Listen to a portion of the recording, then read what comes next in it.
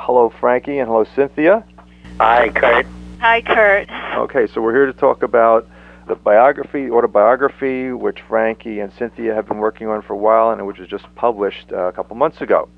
First question I'd like to ask to each of you, how did the idea of the book, which had apparently been batted around for a number of years, how did it actually come to the let's do it stage? We decided to let's do it actually in 1993. I had been doing some writing and researching and various projects around the history of the Lindy. And I asked Frankie if I was going to do a book with Ernie Smith, who was very important in bringing Lindy Hop film footage to the public. He was a collector of Lindy Hop film footage. And he and I had worked on an exhibit together, and I had the idea to do a book on the history of swing dancing. I asked Ernie if he'd like to work with me, and he said yes, and then we were going to include Frankie's story in that, and then it shifted to being a biography of Frankie because the whole history of swing was going to be too big for what I wanted to do with the book. And then over time we realized it would be better as an autobiography. We got a publisher about 2.5 years ago, Temple University Press, so that was a big sort of we're really going to do it moment. But Frankie and I were committed to doing the project as of 1993, and we have been working on it since then. Do you have anything else you want to add to that, Frankie, about how the book came to be? Well, no, not necessarily, because you just told him how it came to be. It just came to be because Cynthia thought my life was interesting, and I didn't think it was too interesting. So did you have any reservations about doing the biography, Frankie? Oh, you asking me if I had any reservations? Yeah. Well, I had reservations to go to Waldorf Astoria, but they wouldn't let me in. So no, I didn't really have any reservations. It's just that I went along to it and with it because Cynthia had such interesting things to ask me about, things that I never thought about, because it's just was a part of my life, and I just treated it as that. But she thought it was a part of history, so I said, well, okay, you want to do history? Okay, I'm history. Kurt, I'll just tell you that throughout the process, Frankie just said, well, he didn't realize that his life was so interesting. And there were so many moments when he would just be sort of talking off the cuff about some story with a musician or something that happened as a dancer, and I would start writing it down. And he would say, why are you writing that down? And I said, well, for the book. And he'd say, well, no one's going to be interested in that. And I would say, well, no, I think they will be. I think he's been surprised at how much interest there has been in his life story and how people consider it an important part of American dance history. But fortunately, he was willing to put in the time on all the interviews so that we could present it all in a book. I would definitely have to affirm that. I mean, practically on every single page, or even more so, I mean, I found something that really moved me, stuck with me, made me think, made me look at my own life, and I think it's more than a good book. It's an important book. Yeah, your life has been almost archetypal in some ways. Thank you. I don't want to flatter you too much here just yet. So, Cynthia, when I first read the book, I'm the kind of person that opens up in the middle of something and starts reading. So I read the intro stuff last. So my initial impression was like the whole thing was based on conversations that you had written down. So apparently there was stuff from other interviews or whatever that you had included, or other transcripts of Frankie speaking, or... Well, there's a writer, someone who was in the original Big Apple Lindy Hoppers, a wonderful guy named Robert Crease, who is an academic, but he also did a lot of writing on dance history. Social dance history was his interest. And he did a very extensive interview with Frankie that was commissioned by the Smithsonian Institution, their oral history program. So I had that, and that was a wonderful sort of backbone to the story. He went through Frankie's whole life over, I guess, a couple of days. They interviewed.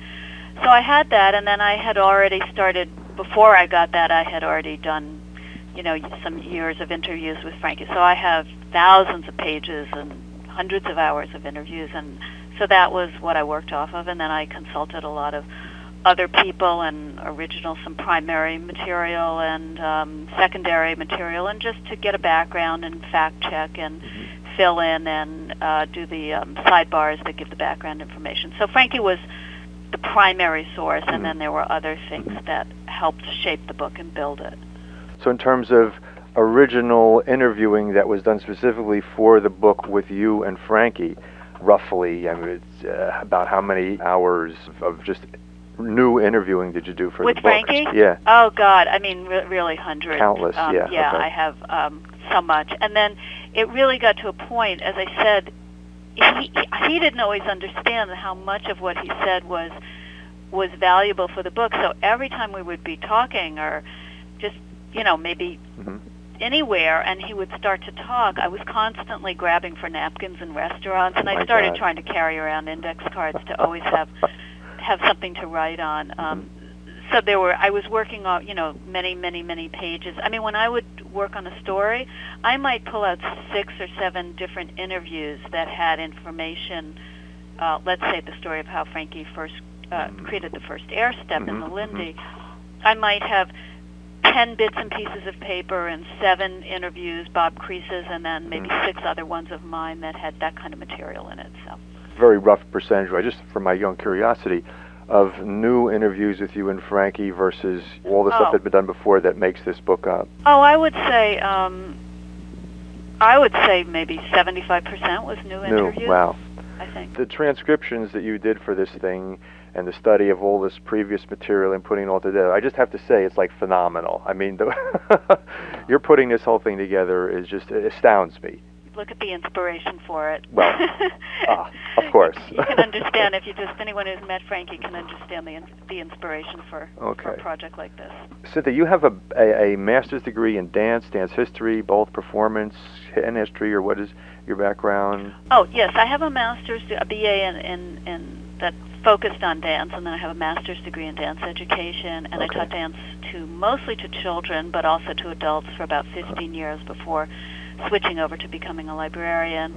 And I performed with lots of different kinds of groups, everything from a group that did Isadora Duncan's original choreography to modern dance to ballet to, and then once I found the Lindy Hop, that kind of was the dance that became my favorite dance, and really just about the only thing I've done since I started. So that's my background. Okay, so I just want to go to this one sort of key moment when you first met Frankie and saw him dancing, and it was like something you had never seen before. Yeah. I mean, what was that like? I mean, what struck you about it? Well, I talk about it in the book, and the funny thing is that he was pointed out to me at this little place that early in the swing revival in New York, and this place called the what was that place called, Frankie? North River Bar. North River Bar. Yeah, thank you. He has a better memory than I do. And as I say in the book, I recognized that I was watching someone who was very different from any other dancer I had seen anywhere doing what at that point I probably called the jitterbug or swing dancing. But it took a while. Because he was in a small space and he had adjusted his movement to the space, instead of trying to do a huge big movements, I was drawn to it, but I have to say at that point I didn't really appreciate it. And over time, as I became more educated about the Lindy Hop, I came to appreciate what I saw that day. I originally got into swing dancing from seeing a group that did a very flashy aerial style Lindy, and now I could watch Frankie just sit in a chair and move around, and to me that's beautiful movement. But I wasn't educated about what I was watching at the time. But it definitely struck me as there's something to this, and it's different from anything I've seen. Now you're a city person, so you've seen a lot of African Americans dancing over the years before you met Frankie. People with good movement, very flexible, very expressive, very funky, free shoulders, free hips, free head, free arms. Okay, but there was something about Frankie that was different. Yes, well, he just had this incredible energy in his body, and it was like poetry. Every little move was saying something. And he didn't need to be doing these big, huge movements or trying to grab attention. He was just into what he was doing. He was in complete tune with the music, and I was, the enjoyment in watching it was that he was enjoying what he was doing so much. He wasn't doing a performance. It was sort of being drawn into his world and having some sense of the experience he was having dancing, which was obviously something very enjoyable and profound for him. So anyway, I think he's got so many wonderful things to tell you about it, just as I think your listeners are going to enjoy hearing what he has to say as much as I did all those years. It was so fun to be able to speak to him and ask him any questions that I wanted, and now you can do that on their behalf. Well, okay. So. Well, I think he should continue to ask you about your life, because things down now so I can make a book. All right. Frankie's going to write a biography of Cynthia now.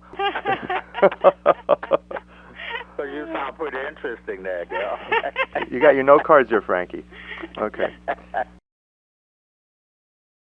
So the question I want to ask you is, how has your vision of your own dancing, or what you're experiencing from dance, or what you want to get out of dance, changed, as the decades have rolled by, as you became a professional and as you became, a teacher or whatever? I mean, how was your own vision of your own dancing changed?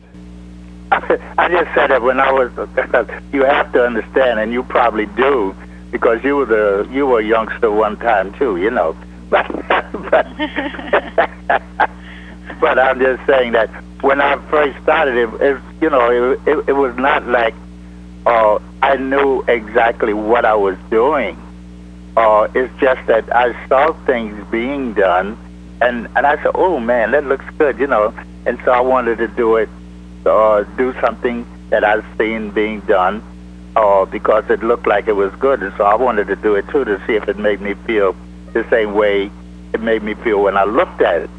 And I come to find out that, this feels good doing it like this, or maybe I would change a little something, and which is probably the same way I look at things nowadays. I see the people, different people dance, and I like to watch different people dance, because everyone has a feeling of their own, and they do things a little bit different than the next person. And when I look at people dance, I try to see what they are feeling, and although my feelings might turn out to be a little bit different than theirs, it will turn out to be different than theirs. But now if I look at something, I know what I'm looking at. Well, when I was a youngster, I didn't actually realize what I was looking at. It's just that I thought it would feel good. But now I look at it, I say, that's the way to do that. You understand what I'm trying to say? Okay, I think so.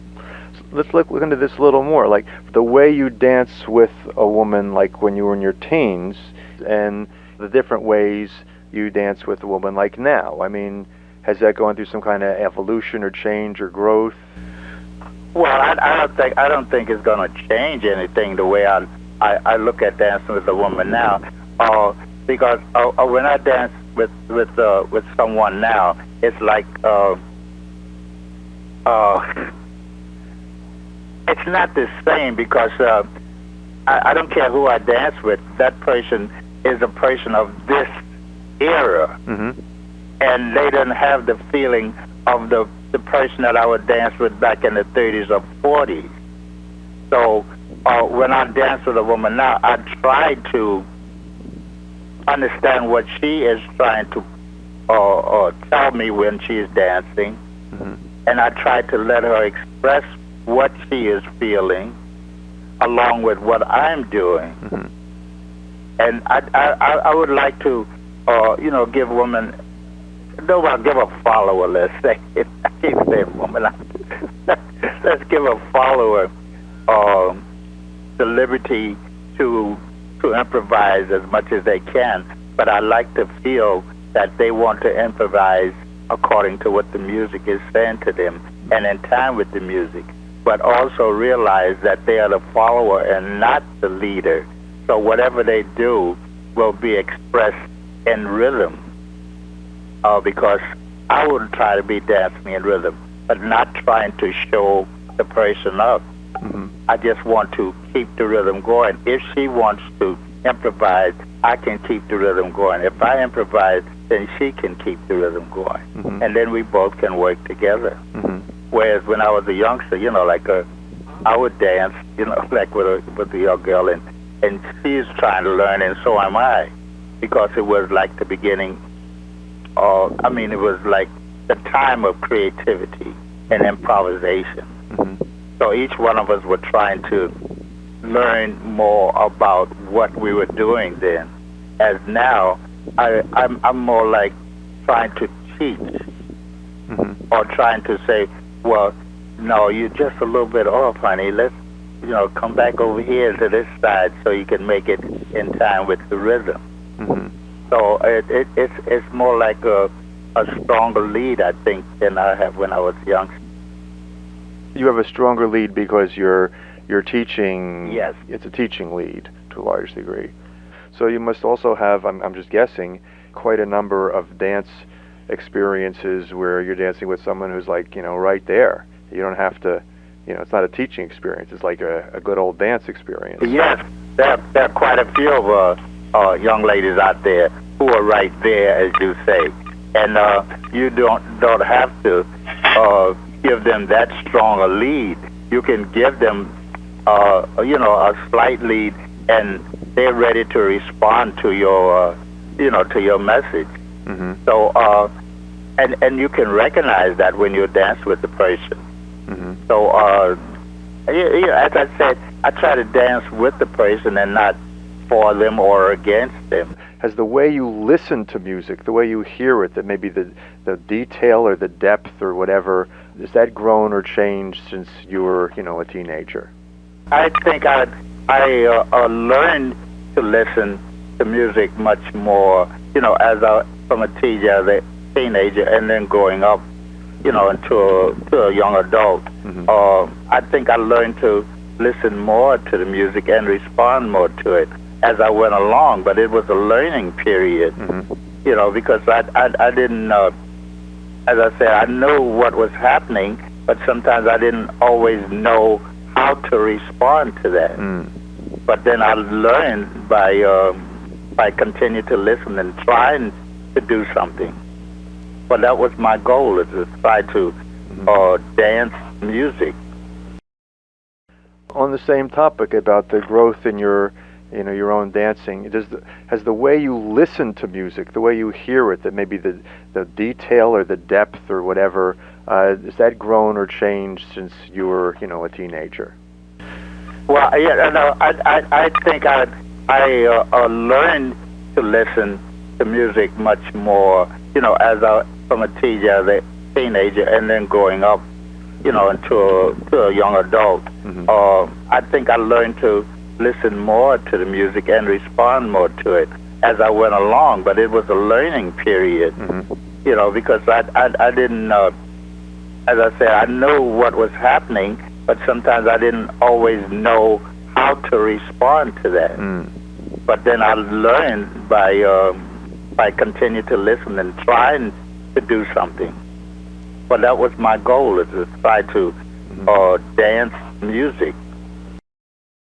Thinking back on the first chapter of the book, it seems that your mother made a big impression on you when you were a child. You were dancing, and she said, "You're stiff, you'll never be a dancer," because you refer to that in the book. And it made you determined, you determined to overcome that, whatever it was. So my question to you is, since then, did you have a sense of what she actually meant? You're stiff. What did that mean? What do you think? What did she mean? I only knew that the word stiff meant you were stiff. I didn't have anything. The only thing I knew was that what I thought was that I think of a stick or a pole or something like that. And when she said you're too stiff, well, this is what I think. I said, because that dog, I must be standing up like a pole or something like that, So I wanted to, change that image if possible, but not to change the image because I wanted to show my mother that I could be different, but to change the image to say, is this okay, Mommy? Do you like it this way? Or is this better? You know, because I wanted her to approve of what I was doing. And that was my idea. It wasn't that I said, well, okay, say I'm too stiff to dance, I'm going to show her. You know, that was not my idea. My idea was just to, I wanted, as I said again, I've always wanted to do something to please my mother. I mean, but I was still a kid, and I know there's a lot of times that I would do things that she didn't approve of, and I would feel sorry that I did them. But you know, being a kid, you're gonna be adventurous and you're gonna do things, you know. And I did a great many things that she didn't approve of. She found out about them later on, you know, and stuff like that. But that was my idea at that time, was to do something to please. I said, well, I'm going to learn how to get unstiff, you know. So that was the thoughts in my mind, because I wanted to please my mother. Say, if I go out dance with her again, she's not going to tell me that I'm too stiff, because I'm going to learn how to be unstiff. So what did you do? What did you work on? I just, you know, as I said, I started buying records and listened to the record playing, and I tried to, and I think maybe that just might have had something to do with my being able to listen to music more, because when I got the records and I started playing them, and I started trying to move into the music, and I tried to bend with the music, try to, you know, bend over and things like that, you know, while the record was playing and listening to music. I mean, that might have been, you know, and I think this is the first time that thought has come to me, and I don't know how you could bring it out and nobody else did. You've been teaching people all over the world, and you come across some pretty stiff people, even among the professionals. You know, and I try to show them, you know, what I mean. And of course, sometimes the people at the time, they might try to do it, but one class, 2 classes, 3 classes will not change, you know, your way of dancing, unless you really, really concentrate on it, you know. But I still try. So getting back to this sort of seminal experience there, when you started to explore moving in your own body, I mean, you say, well, let's see what I can do with these shoulders, let's see what I can do with these hips, let's see how I can change this posture, let's see what I can do with these arms. I mean, do you have any sense of what kind of things you tried that changed the way you move? Well, no, not necessarily. I don't really.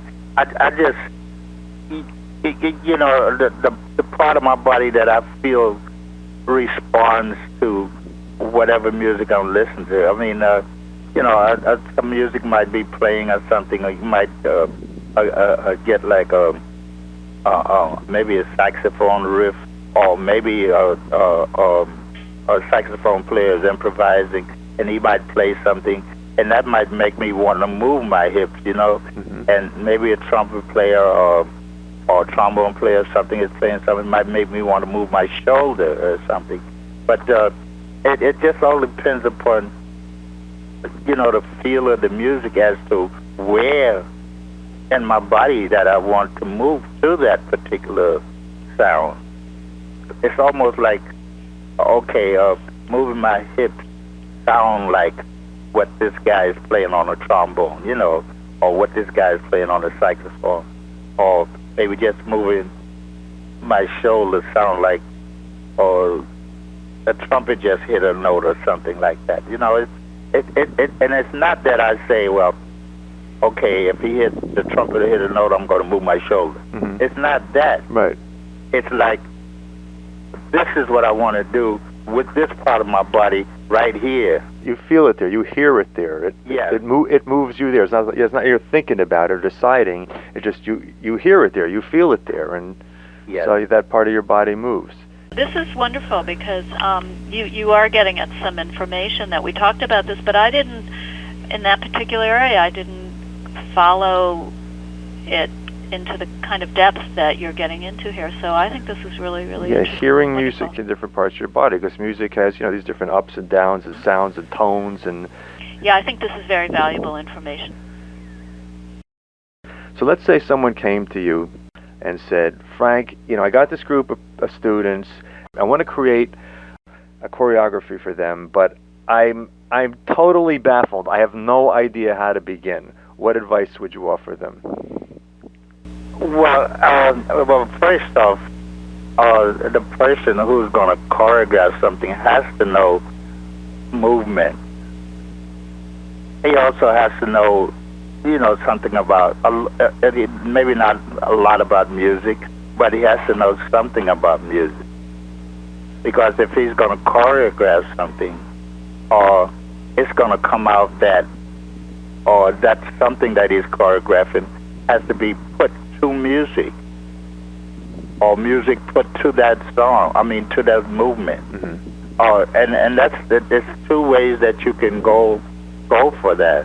As I was just mentioning, if you want to do, you do some choreography and you just got movements, you can use, counts to just choreograph the movements. You use counts and different movements that you have. Say this movement will take 8 counts, this movement will take 2 counts, this will take 5, and you just go through the movement. But now, after you do the movements, you're going to want to find what music that's going to suit that. Or else you go the opposite way. You say, well, okay, this is music.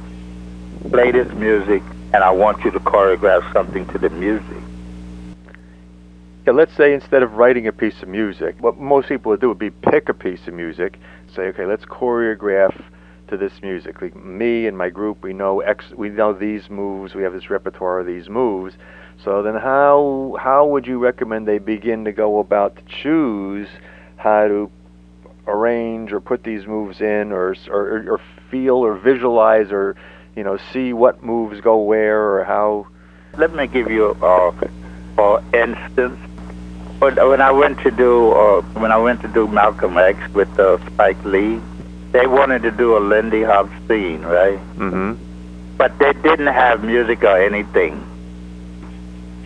I brought in some music, and Flying Home was one of the pieces that I brought in, and I suggested to Spike Lee that I thought this would be a very good, piece of music to choreograph a Lindy Hop routine too. So now he already had the idea of doing a Lindy Hop thing, but he didn't have a knowledge as to what music he should use. Mm-hmm. So I brought him some music, and then we proceeded to do routines to that music, choreograph something to the music of Flying Home. When I did Black and Blue, they came to me this time. They came to me with music, but they didn't have the dance. So they said, well, can you choreograph something to this music? And you said no, as I recall. I said no, because it was not the kind of music that I'm used to doing Lindy Hop to. Mm-hmm. But then they said, well, the reason why we want to do this piece is because we want to kind of think about the day in the life of a dancer. And I said, well, maybe, And so I proceeded to try to do that. And then instead of just doing Lindy Hop, I was doing jazz. I did jazz now, a jazz movement. Yeah, actually, as I recall from the book, you still said no, like a lot. Did I put that in the book? Yeah, a lot. You said no way, no, forget it, no, absolutely not, no. When they presented a different picture to me, I kind of said, well, maybe I can do it. But I wasn't, at the time, I still wasn't too sure that I could do it. Right. And I think I know I mentioned that in the book. I told her that if I get halfway through the thing and I feel like I'm not doing a good job, then I'm going to quit. And they understood that. So what I was trying to say is that, you can choreograph something, or you can have an idea of what you want to do, whether you have music or not. Or as a matter, so now I have two examples. One I was telling you about Spike Lee was the one to do a Lindy Hop scene. Mm-hmm. And also when I was working with the Congaroo dancers, my dance group, I had a routine, a tap dance routine choreographed for us. Mm-hmm. But he didn't choreograph it to music. He just, just did the steps and things like that. Mm-hmm. But then, in practicing it, I heard some music, which was Begin to Begin, and it fit the tap dance routine that he had given us Mm-hmm. perfect. Mm-hmm. So there you had two examples where you choreograph something and then you put music to it. Mm-hmm. Or which is what Fred Astaire, Gene Kelly do all the time. What I recommend to is do whatever they do to music. Don't make up no routines and then try to find music for it.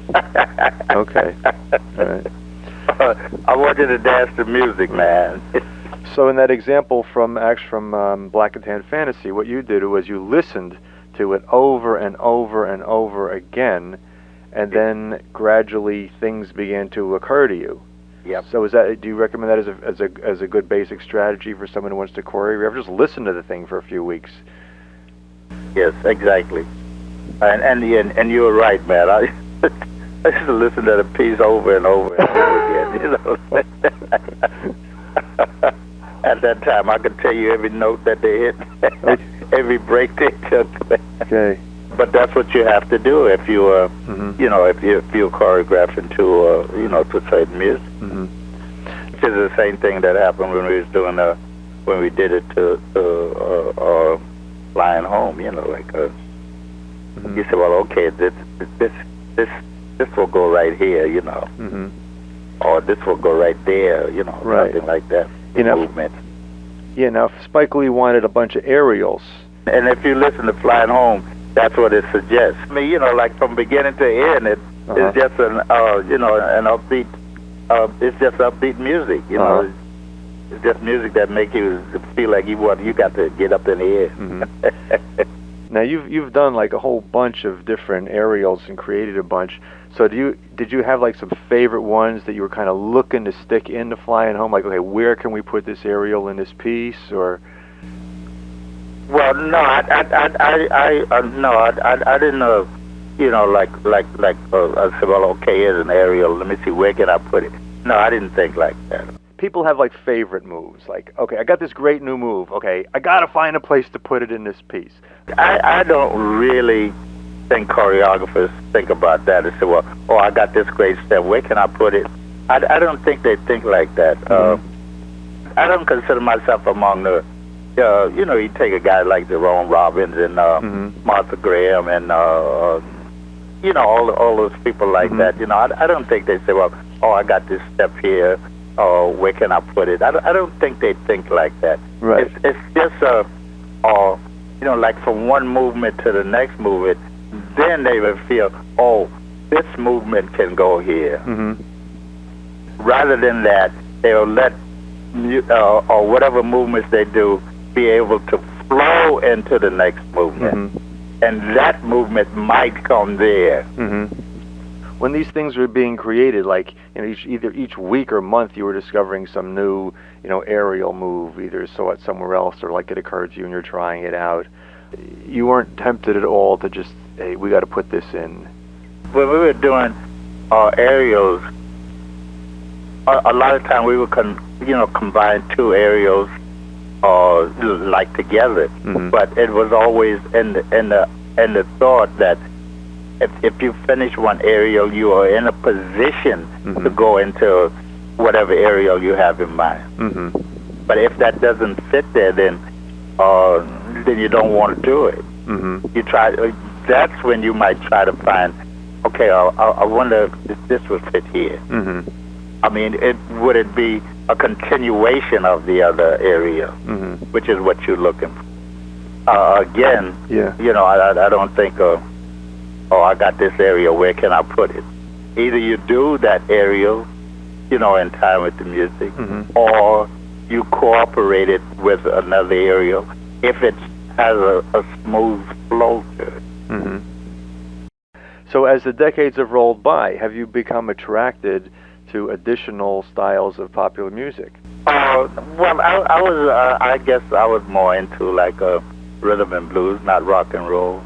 Like, you know, like I'll listen to somebody like Ruth Brown, or you know, like the Motown group in the Philadelphia Sound. Okay, so like the Temptations, the Four Tops, Diana Ross. The Four Tops, and Eddie Pendergrass, and you know, all those different groups like that. Okay, so you like those guys? I mean, it's just the same as any other music. Yeah. To me, some of it's good, some of it's bad. When they was doing the twist and the jerk and all that stuff, and the monkey and all that. Mm-hmm. Yeah, I did a little bit of all of that. At that time, a song would be popular, and it would only last for about a week or two, you know. Yeah. And then something else would come out, and each song that came out, it suggested a dance, you know. So did you like any stuff from the disco era, like the Earth, Wind and Fire, September? Oh, yeah, I used to like Earth, Wind and I liked the Commodores. I personally found the story of Sergeant Montgomery very moving. It's the deepest dream of all social reformers to convert hatred and intolerance into respect and love. And that story is like a prime, beautiful example of that happening in a person. Okay, of course you had to save his life for it to happen, but that's another story. However, even as a well-known movie performer, choreographer, and dancer, you have personally experienced plenty of racial discrimination and ugly personal encounters numerous times over your life, including that situation you mentioned in the 70s, which happened to you when you stopped and asked for a bottle of soda. And I'm sure you've heard plenty of stories from your friends, you know, and colleagues. So my question is, it must be very difficult not to be overcome by bitterness and angry feelings, you know, as a result of these different experiences. Yeah, go ahead. So my question is, how have you dealt with these things in your own mind to like keep your own peace of mind? Well, you know, you know, you say it's very difficult. It might be difficult to you, but it was never difficult to me, because I never dwelt on those things that I had. I never said, oh, why do I have to be black and suffer through this? I never thought like that. Mm-hmm. So it wasn't difficult for me because my thoughts was just different from that. I don't know how to explain it to you, Craig, because I'm not bitter, and I never was. Mm-hmm. And it's always been kind of tough for me to be bitter against anyone, unless that person is it's someone that's annoying to me personally. You know, and I knew how things were. I was born in the South. I knew how things were there. Okay, so that's the way it is. So I got to be that way. You know, like when I was in the Army, and you know, and all the guys that would talk about, you know, I didn't like it when a person could use a black nigger and all of that stuff. Right. I didn't like it. Right. But I didn't feel like I needed to go and strangle him because he was saying this. He was saying it, you know. I just looked upon it. I look upon it as this person is ignorant because he does not know me. He does not know how I feel, what I can do, what my capabilities are. He only can see the color of me, and that's what he's looking at. And I say to myself that person is ignorant. I feel sorry for him. He's holding on to his own ignorance. Yes. Yeah, I'm sorry for him, right. You mentioned earlier in the conversation that the Savoy was really the only integrated ballroom in Harlem. I mean, in other words, like white and black people could dance together in the room and nobody hassled anybody. Yes. I'm guessing, and you know, correct me if I'm wrong, that a fairly small percentage of white people showed up to the Savoy. It was mostly a black crowd. Oh, well, you know, I think sometimes it depended upon the occasion at the Savoy. Most of the time, the Savoy was primarily black, and this is that by doing like just a regular night, But when they have somebody like, let's take for instance the night that Benny Goodman and Chick Ware was there. Okay. Now that place was half and half, and there was no incident. The Savoy itself was so crowded, the other people outside couldn't get in. Right. And so, Okay. and as I said, an event like that, sometimes you might find more whites dead than black. Now regarding the couples, I'm just trying to get a better sense of this. So was it cool, okay, for someone like yourself to go ask some white chick to dance? Or We never thought of it. In the Savoy, I'm sorry. I shouldn't say I'm sorry, but in the Savoy, I'm glad to say that we didn't even look at color. We just said, oh man, that person is a good dancer. We didn't say that white guy is a good dancer. Or that black guy is a good dancer. We just said that guy's a good dancer. That cat can really cut a rug, man. And we would be speaking of anyone. Mm-hmm. It didn't necessarily mean, it didn't matter what ethnic group you belonged to.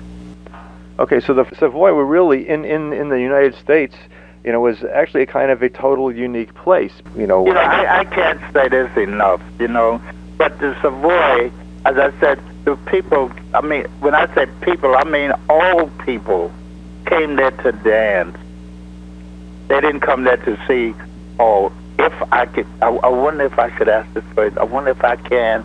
It wasn't like that. You go in the Savoy, you see somebody dance, you want to dance with that person, and you ask them. You didn't look at the color. And I can't say that enough, but that's the way it was. It's remarkable, of course, for the time period. Because you get the other clubs. Especially that time period, you Right. know. You said, well, okay, this is in the Savoy. Maybe when you get outside of Savoy, it's different, you know. Mm-hmm. Well, it's actually, I guess but in the Savoy, you dance. That's it, period. So I guess it's a tribute to what? To Whitey, who was the manager, to the owner, who said, this is going to be our policy. Right, because it's the owners, the managers who set the policy for the place. Well, actually, Whitey didn't have anything to say about the Savoy stuff. Mr. Buchanan was the manager of the Savoy Ballroom, and Mogale Mogale was the owner. So I guess it was their vision that this is the way this place is going to be. It was their vision to open up a ballroom that anyone could go there. It didn't, and they didn't care who it was. Buchanan was a black man, and Mogale was a white man. So actually, this was very forward-thinking on their part, because none of the other I don't know, none, but at least the ballrooms we know about, no one else was doing that. Either black people couldn't get in, or they had a rope, to separate the races, or like whatever. Well, as I said again, the Savoy was a very unique place. So, Cynthia, what do you have to say about this? I'm just sitting here listening, and it's funny because Frankie, he has so much information and so many memories, and there's so much history in him that when we do these interviews, or when I hear him being interviewed, he comes up with all kinds of interesting stuff that even though I badgered him with questions for 14 years right. trying to do the book, all this new stuff comes out, and I actually love hearing other people like you who are knowledgeable about the history of Lindy and swing music question him, because you bring out other information.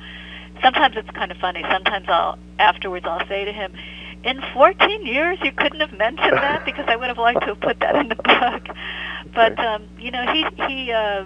there's just the well is just keeps running. There's just so much there. So I love to just continue listening to you interview him. I think it's so interesting.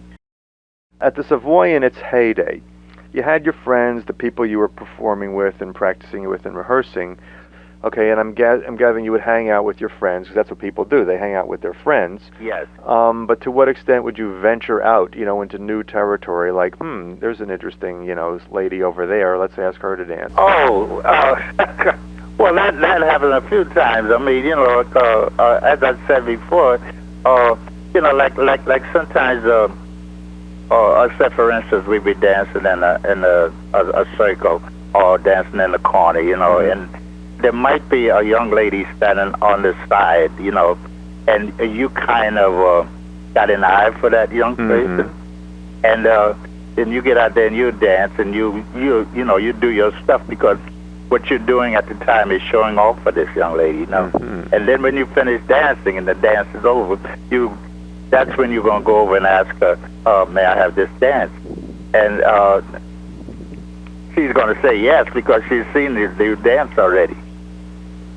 This is some good advice. So now you're venturing outside of your circle. Well, so listen, this is a dance hall, man, you know, and a lot of times people find each other that way. Yeah, and I guess in the swing era, I mean, that's where they hooked up. They went out to the dance. Yes, most of my girlfriends at that during that period of time, I met them through dancing. Or it didn't always have to be at the Savoy. It might have been, at the Renaissance or at a party or something like that, you know. But it's just the social get-together, and someone you see, they see you, and it's, as I said, she doesn't have to be among your friends at that time, but she becomes one of them. I've taken a number of classes from you, and one of the things that you said that stuck with me, and in fact one of the few people I've heard who've actually said this, you've referred to dance as a 3-minute love affair. Well, that's true. Can you elaborate? Because sometimes it seems like a 3-minute, when will this be over affair. Well, if you're into music and you're really listening to it, it is a love affair.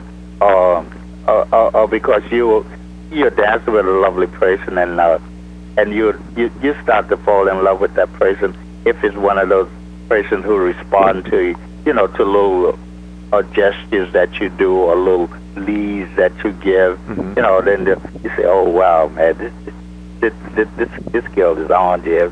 One of those things like that, Mm-hmm. and the music is really cooking. Mm-hmm. Well, yes, it's a three-way love affair, man. Now, sometimes we hear in the world of salsa, girls complaining about guys kissing them on the dance floor, although actually we never hear of guys complaining of being kissed by followers, although they certainly have done so. So have you ever been moved to go beyond the normal dance floor etiquette? Well, I was a youngster once, of course I was. Every youngster, when he's out there dancing, especially if he's got someone that's what shall I say, seem to really, like him or something like that. You might try to take, liberties that you are not supposed to, But it doesn't happen too often, not in Lindy Hop anyway. Mm-hmm. I mean, but you might get what you guys call a little blues number now. That's a different story.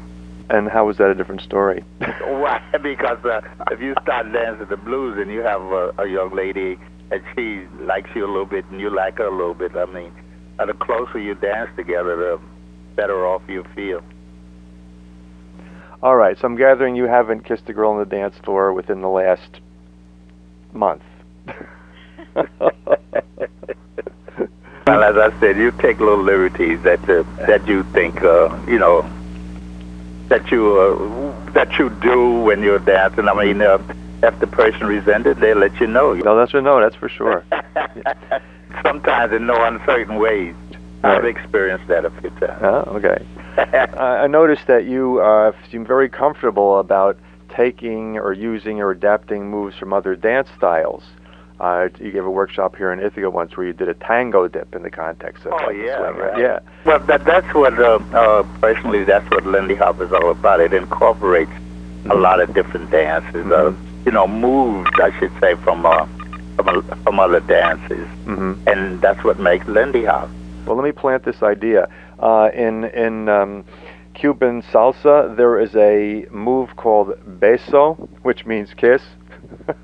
And the guy actually kisses the girl on the cheek on count 4. So I'll just plant that idea and we'll move on. Well, for your next workshop. If you're doing Lindy Hop, I don't see where you're going to get that opportunity to do that. Okay, maybe count 5 then. All right. just like in any group, some people have found in a Lindy Hop club the social identity or feeling of belonging they had been lacking in their lives. So many times we come across these joiner Lindy Hoppers who regard other dance styles as a threat or inferior, anything that's like not Lindy, because it's their identity. So do you have any words of wisdom to offer these Lindy Hoppers who look down on derivative dance styles? Yeah, well, let Cynthia give her view. Oh, no, Frankie. Cynthia? Well, then you go ahead and say what you got. Well, all right, I will answer if, Frankie, you'll finish off. I will just say that I love all kinds of dancing. I've tried it all. I've never understood when people, glom onto one kind of dance and decide that it's superior to all other kinds and put those other kinds down. So I like them all. I mean, I have some that I prefer, but I feel that I'm glad they're all there. So, Frankie, what do you're out there with traveling around in the swing dance world, and you're a little more familiar than I am with these different styles of Lindy that people get all caught up about and very vociferous about which is the best one. So, what do you think about all that? Well, I always tell people, I say, well, listen, this may not be the dance that you like, but if you like dancing, just go out and do whatever you want to do. If it makes you happy, dance. And I'm not, into politics and all that kind of stuff like that, as this dance is better than that dance, or that dance is better than the other dance. I just said it's all, for me, it's just swing. And if you're into swing, that means you're into Lindy Hop. And I don't care what name you give it, you're still basic, it's still Lindy Hop. And if you enjoy giving it some other name or putting it down, that's your privilege. But I just say dance and enjoy yourself. That's a nice end. That'll be the title. Dance and enjoy yourself. Okay. Okay. Well. All right. Well, Frank, the many different dimensions we could continue to go into, we won't at this point. But thank you, Cynthia. Oh, it's a pleasure. You have really good questions, and really, there's a lot of good information that came out. And maybe we should, try to do another one sometime. Okay. Part 2, because I know you had a lot of other questions, and I think it'd be great to get to them sometime. Thank you so much, Cynthia.